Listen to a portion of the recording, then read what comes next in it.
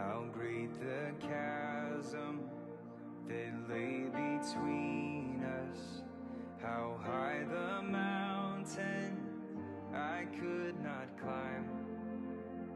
In desperation, I turned to heaven and spoke your name into the night. Then through the darkness, your loving kindness tore through the shadows of my soul. The work is finished, the end is written. Jesus Christ, my living hope. Who could imagine so great a mercy? What heart could fathom such boundless grace? The God of ages stepped down from glory to wear my sin and bear my shame. The cross has spoken, I am forgiven. The King of Kings calls me his own. Beautiful Savior, I'm yours forever. Jesus Christ, my living hope. Hallelujah, praise the one who set me free. Hallelujah, death has lost its grip on me. You have broken every chain. There's salvation in your name, Jesus Christ, my living hope. Then came the morning that sealed the promise. Your buried body began to breathe. Out of the silence, the roaring lion declared the grave has no claim on me. Then came the morning. Hi and welcome to Emmanuel Baptist Church Sunday service this Sunday morning. We are not at church, but we are church, and we're joining together through Facebook or maybe other technologies as well. So welcome. I hope that you've had a good week and that you are still well.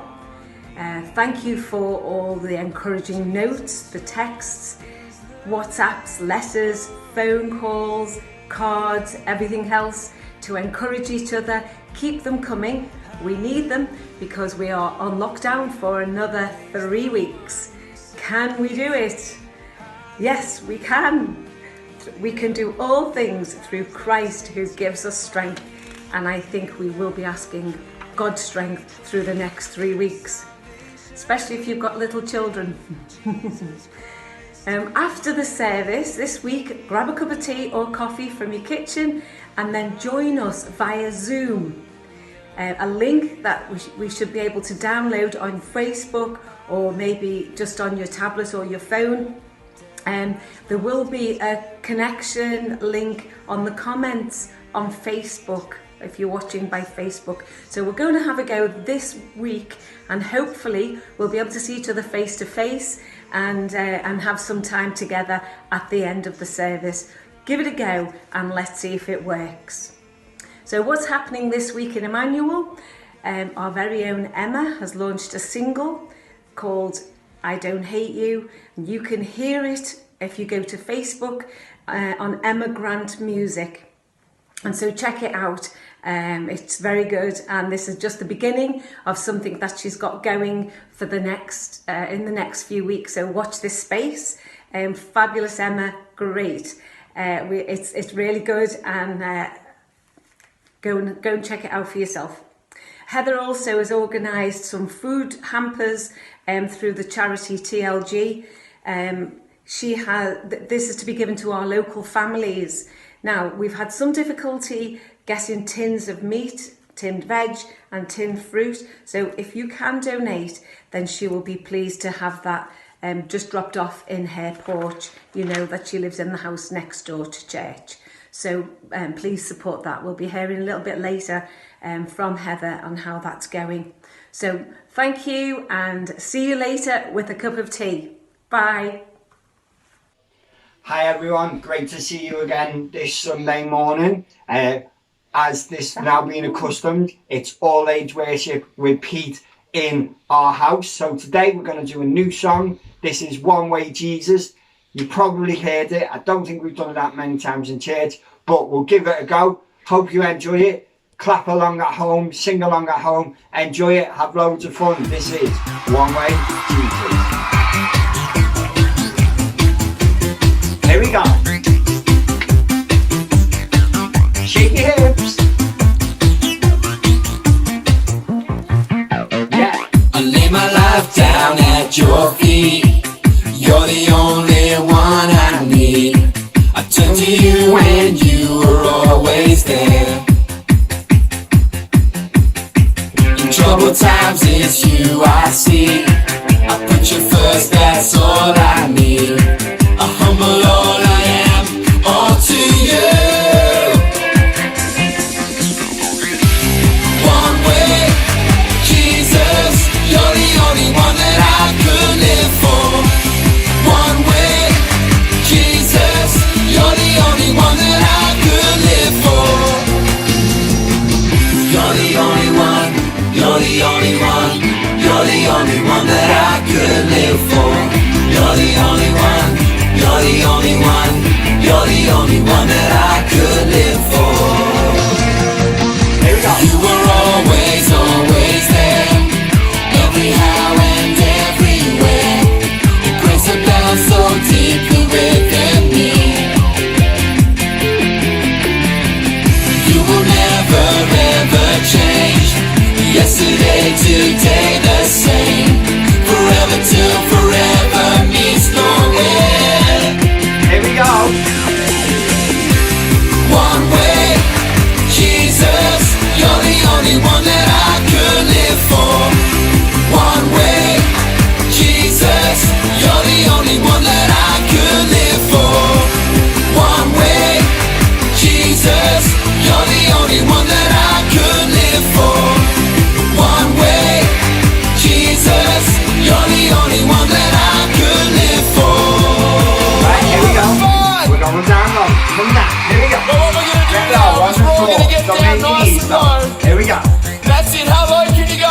How low can you We're go? gonna sing, you are the way, the truth and the life. Come on, let me hear ya. You are the way, the truth, and the life. We live by faith and not by sight for you. And we're living all for you. I'm going up. Here we go. You are the way, the truth, and the life. We live by faith and not by sight for you. We're living all for you. Up again. You are the way, the truth, and the life. We live by faith and not by sight for you. We're living all for you. Okay, right on. Here we go. That's that. You are the way, the truth, and the life. We live by faith and not by sight for you. We're living all for you. Here we go. One way, Jesus, you're the only one that I could live for. One way, Jesus, you're the only one that I could live for. One way, Jesus, you're the only one that I could live for. One way, Jesus, you're the only one that I could live for. Fantastic. Yes, praise Jesus. Thank you very much. I hope you enjoyed that. I'm knackered. I hope you're knackered at home. But I hope you enjoyed the all age worship. See you again same time next week. Bye guys.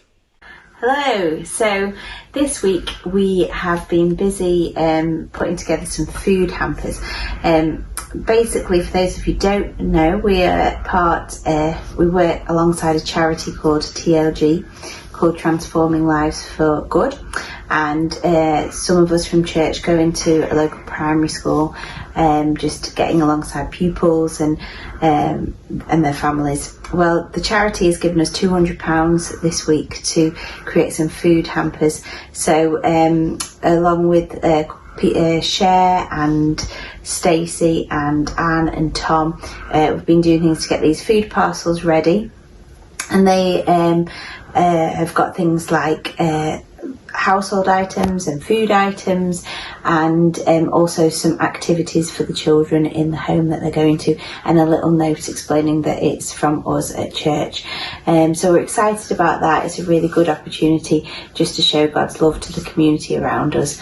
So I'll just pray quickly for it now, but maybe if you could pray as well at home, that would be really great. So yeah, God, thank you for this opportunity to show your love. I pray, God, that you would just help the people there to sense your provision and protection for them, even in the hardest of circumstances. Amen.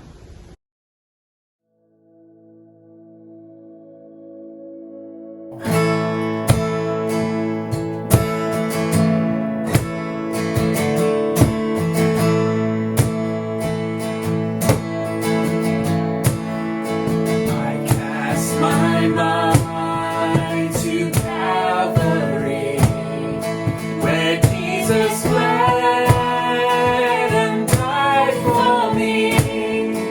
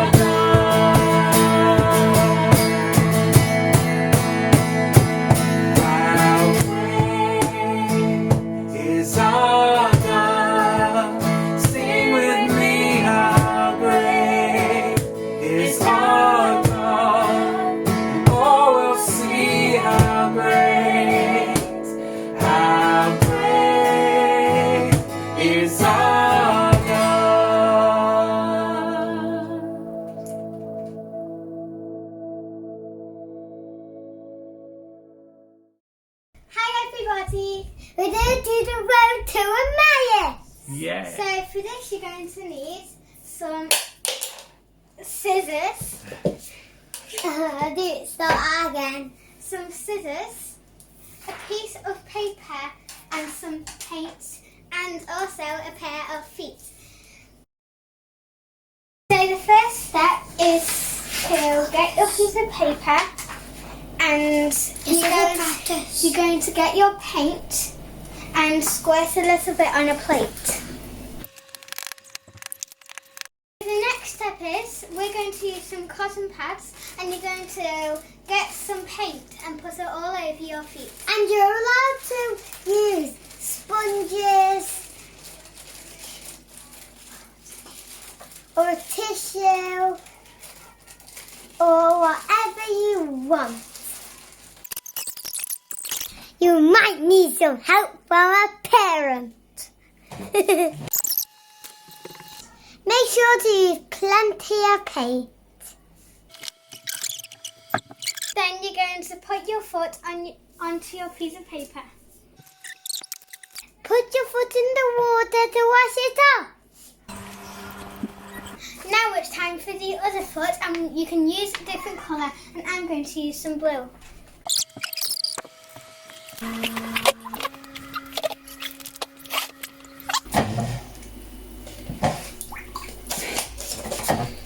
we're going to let them dry. See you in a minute. So our pictures have dried now, and we're going to decorate them with some pens and some stickers. So let's get started.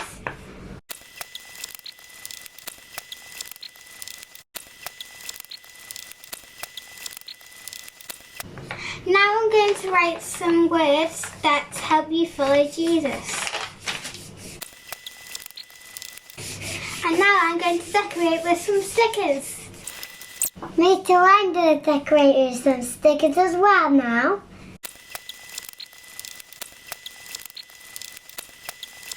These are our footsteps on the Emmaus Road. Hope you enjoy making yours. Bye. Bye. Morning, everybody.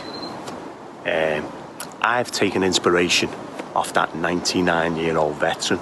Have you seen this story? It's where he's been going around, walking around his garden. He's trying to do it 100 times before he's 100. And in the meantime, he's been raising money for the NHS, and he's raised millions and millions of pounds. What a story. What an inspiration to us all in these times where it's all a bit strange and all a bit weird to us. So I've taken inspiration from him, and I'm doing my daily exercise as per government advice in my garden. So I'm walking around my own garden to get just a little bit of fresh air and a little bit of exercise. It's good to follow government advice, isn't it? Which is what? Stay at home, protect the NHS, save lives. Only go out if you need to get food, for medical or health reasons, and for work if you can't work from home. And I'm mostly working from home right now because it's really important to follow official advice, isn't it? I'm no expert at walking. I get in my car to go everywhere, to be honest, but I know some people actually love it. They do it as, to relax, as a pastime. And many of you will probably go on walks and do that just because you like it. I know Tim, he walks all over the place. He sometimes walks to church. He lives in Fazachley. It's miles away. He walks to Costa to get a coffee rather than drive. He's in this lockdown. He's been walking to Sainsbury's to get his shopping, just to get that exercise in. I know he used to be part of a group of walkers, and he probably even arranged some rambles, if I know Tim. Good friend of mine who you'll all know, Paul Griffiths, he loves nothing more than getting out into the hills and walking up and down hills with a little tent on his back. He loves walking his dogs morning and night. He's got 2 dogs. Ray and Dawn, another two great friends of mine as well, they love taking their dogs on walks in countryside, through fields, and particularly to the beach, where Ray often finds some driftwood and makes something out of it. So I know loads of people love walking. The closest I get to it normally is playing golf. Badly, I add. And people just say, you know what they say about golf, don't you? It spoils a good walk. Walking is a journey from one place to another. We start in one place and we head to somewhere different, somewhere over there, so we say. We can take different paths when we go to it. We can be going the same place and take different routes. We can take a direct route. The Romans often built roads straight, just get there, straight to the point, no messing about. Where if you go to Wales, and you'll see these roads all over the place, meandering here, there and everywhere. And our journeys can be the same. We can take direct routes at times, or we can just meander for the sake of it. We can just walk around.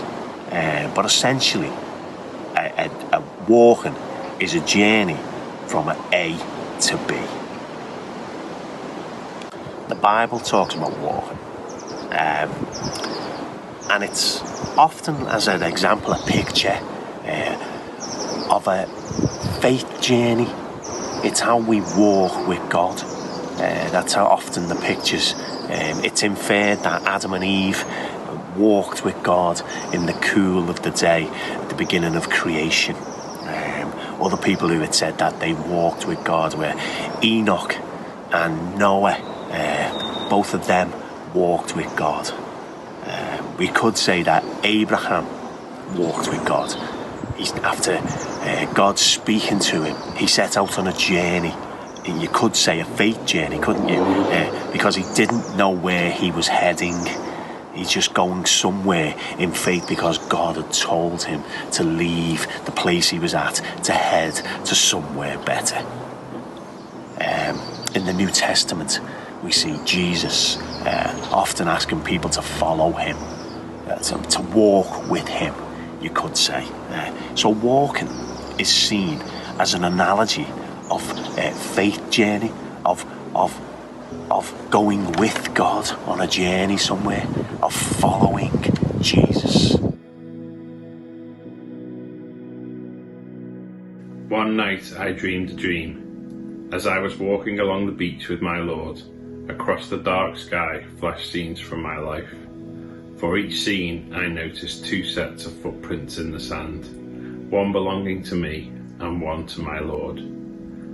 After the last scene of my life flashed before me, I looked back at the footprints in the sand.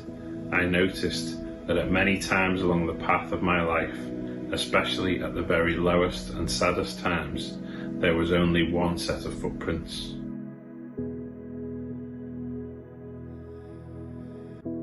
This really troubled me, so I asked the Lord about it. Lord, you said once I decided to follow you, you'd walk with me all the way. But I noticed that during the saddest and most troublesome times of my life, there was only one set of footprints. I don't understand why, when I needed you the most, you would leave me. He whispered, my precious child, I love you and will never leave you. Never ever during your trials and testings. When you saw only one set of footprints, it was then that I carried you.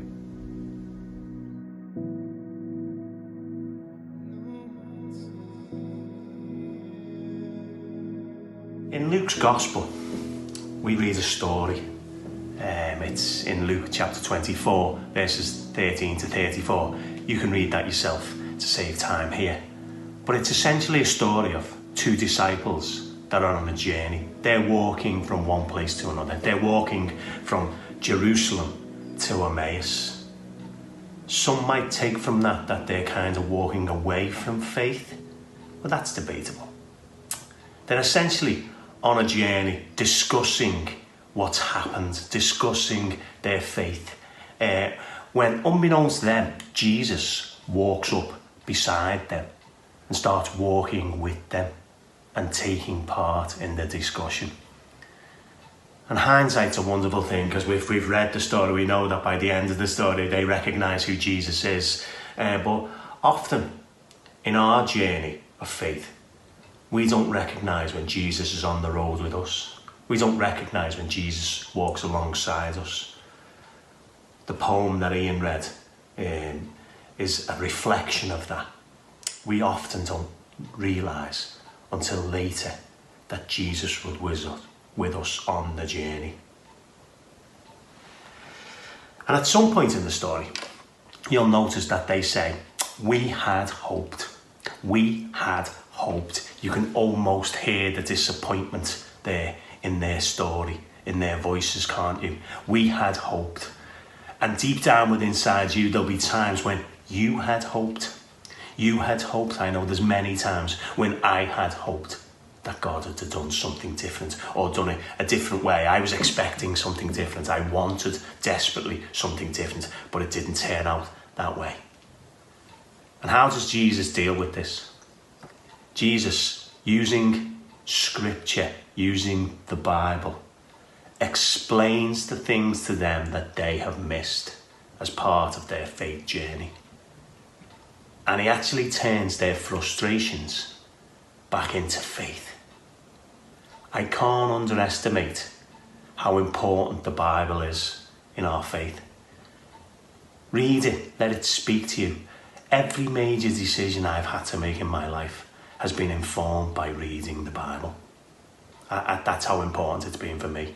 And then when I think about that, and I go back to the Bible to make sure, to remind me of what I feel God said to me at the time. And in our story, it's during communion as Jesus reveals himself. Communion, for me, is this picture of us doing something together, being together, sharing something.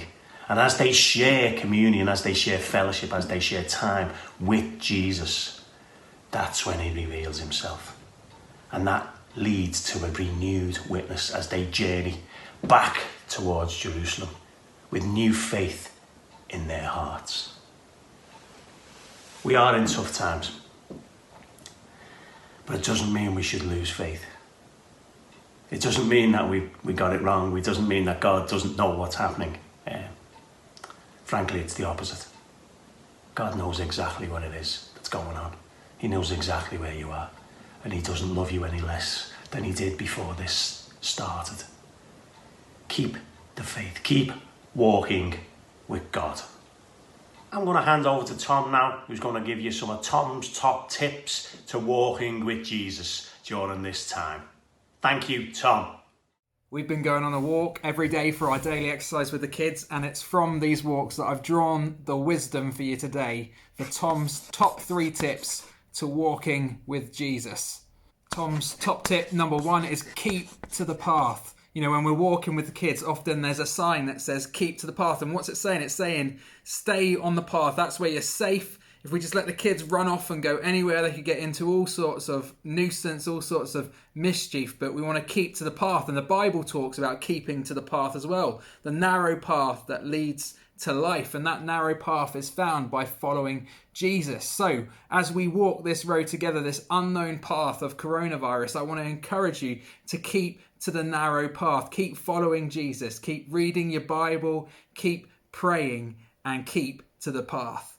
Tom's top tip number 2 is to keep together. When we're out walking, the kids often will run in multiple different directions and we are like scrambling to try and find them, to keep us all together as a family unit. I want to say to you, keep together in this time. It's difficult in a time of social distancing because we can't physically be together, but we need to find ways for us to keep together as a church, as his people, as the people of Christ. So this week I want you to phone someone, I want you to text someone, I want you to send them a message of encouragement, I want you to pray for them over the phone, I want you to send them a Bible verse, because it's so important that we keep together. And finally, Tom's top 3 tips to walking with Jesus, number 3, and that top tip is to keep going. When we're out walking with the kids, inevitably there will come a point when they don't want to go any further, when they want to stop, and we just have to keep them going. We can't let them sit down. We have to encourage them just to keep putting one foot forward in front of the other. Corrie ten Boom, an incredible woman of God, said this: when a train goes through a tunnel and it gets dark, you don't throw away the ticket and jump off. You sit still and trust the engineer. This is a moment when we need to trust God. We need to trust the train driver. We need to trust the engineer, that he's in control, that he's got us in his hands. We might feel like we want to give up, that we no longer want to keep walking with Jesus. But in a difficult moment like this, when we're going through a tunnel, it's so important that we trust God. We trust that he's in control, that he will keep us on the track. He will keep us on the narrow path. That was Tom's top 3 tips to walking with Jesus. Thanks, Tom. That was brilliant. We're now going to close our time together by singing a song. It's called You Never Let Go. We hope you've enjoyed our service today. You hope you found it meaningful, and it will help you to continue to walk with Jesus through these uncertain times. God bless. Even though I walk through the valley of the shadow of death, your perfect love is casting out fear. And even when I'm caught in the middle of the storms of this life, I won't turn back, I know you are near. And I will fear no evil, for my God is with me. And if my God is with me, whom then shall I fear? Whom then shall I fear? Oh no, you never let go, through the calm and through the storm. Oh no, you never let go, every high and every low. Oh no, you never let go, Lord, you never let go of me.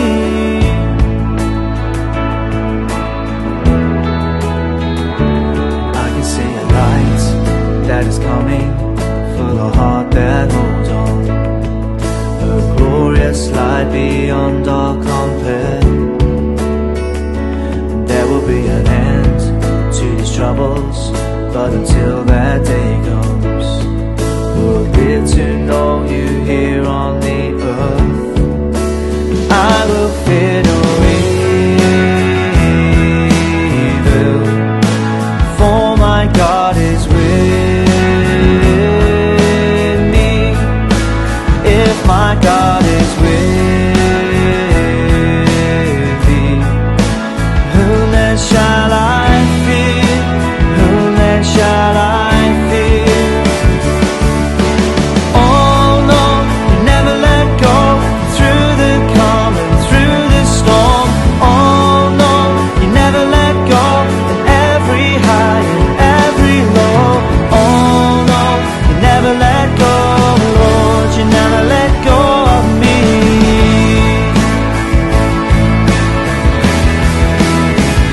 Yes, I can see a light that is coming for the heart that holds on.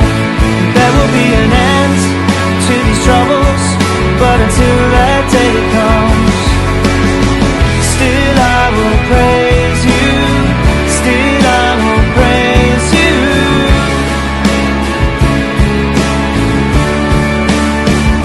Yes, I can see a light that is coming for the heart that holds on.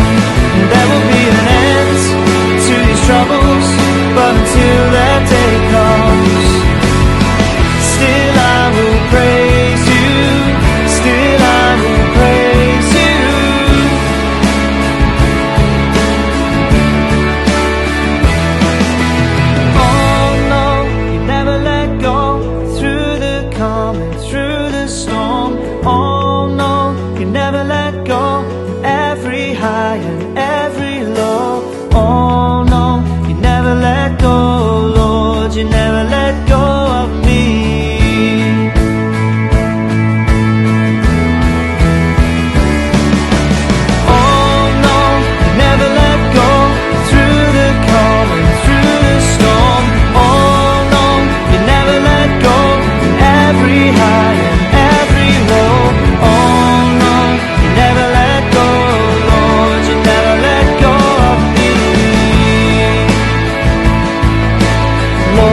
never let